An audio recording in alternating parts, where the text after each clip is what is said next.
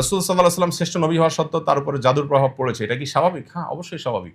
আর দুনিয়া বিল ওয়াসাইল লা বিল ফাজাইল, আরবিতে একটা প্রবাদ আছে, দুনিয়া তার সিস্টেমে চলবে। আপনি ওষুধ খাবেন ভালো হবেন, ওষুধ খাবেন না ভালো হবেন না। আপনি অসাবধানতা থাকবেন, আপনি অসুস্থ হবেন, সাবধান হবেন, অসুস্থ হবেন না। কোরআনে ইব্রাহিম আলাইহিস সালাম এক কঠিন আদব শিখিয়েছেন আমাদেরকে। আপনারা সবাই আয়াতগুলো অলরেডি তারাবিতে পড়া হয়ে গেছে, আপনারা জানেন। ওয়াল্লাযী হুয়া ইউহয়ী ওয়া ইউমীত, কি জানেন আয়াতটা? ওয়া ইযা মারিজতু ফাহুয়া ইয়াশফিন ওয়াল্লাযী ইউমীতুনি সুম্মা ইউহয়ীন।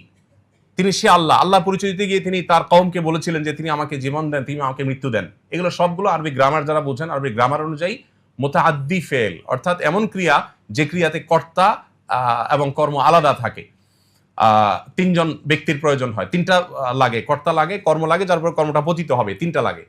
এর পরের বাক্যটা বলছেন ওয়াল্লাযী ওয়া ইযা মারিজতু ফাহুয়া ইয়াশফিন, আমি যখন অসুস্থ হই তিনি আমাকে সুস্থ করেন। অদ্ভুত এক জিনিস আসলে। ইব্রাহিম ইসলাম বলছেন যে আমি যখন অসুস্থ হই আল্লাহ তখন আমাকে সুস্থ করেন। হওয়াটা দরকার ছিল কি? বিশেষ করে আপনারা যেহেতু মেডিকেল স্টুডেন্ট আছেন, টিচাররা আছেন, ডাক্তাররা আছেন, আপনাদের জন্য একটা খুব গুরুত্বপূর্ণ, রোগীদের অন্তত কাউন্সিলিং এর জন্য আমার মনে হয় খুব গুরুত্বপূর্ণ। ইব্রাহিম ইসলাম বলছেন যে আমাকে তিনি জীবন দেন, আমাকে তিনি মৃত্যু দেন, আমাকে সবকিছু তিনি দেন, সব আল্লাহ করেন, এটা বললেন। রোগের বেলায় আসার পর বলছেন ওয়াইদা মারিজতু, আমি যখন অসুস্থ হই। কেন এটা বললেন? এখানেও তো আগের পরের শব্দগুলোর দাবি ছিল এভাবে বলা, ওয়াইদা ইউমরিজুনি ফাহুয়া ইউশফিন। আরবিতে এভাবে বলা উচিত ছিল, মানে আগেগুলোর মিলালে, যে আমাকে যখন আল্লাহ অসুস্থ করেন তিনি আবার সুস্থ করেন।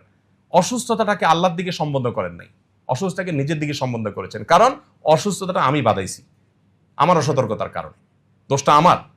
আল্লাহ সুস্থ করেন আপন অনুগ্রহে। এখানে আল্লাহর সাথে যেমন শিষ্টাচারের ব্যাপার আছে, তেমনি ভাবে নিজের সাবধানতার ব্যাপার আছে। তো এই জন্য রাসূল আকরাম সাল্লাল্লাহু আলাইহি সাল্লাম বা আমাদের কাউকে যদি জাদু আপনার কোনোভাবে এফেক্ট করে, তো প্রথম কথা হলো যে দুনিয়াতে কোনো কারণে এই এফেক্ট হওয়াটা এটা নবুয়তের শানের কোনো খেলাফ না।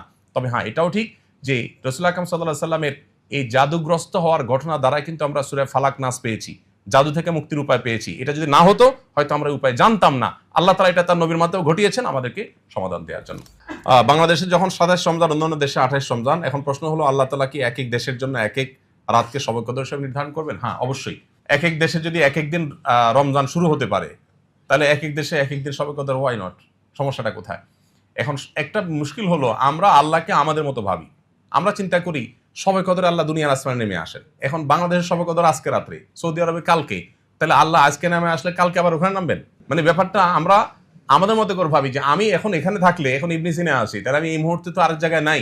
কিন্তু আল্লাহ রাব্বুল আলামিন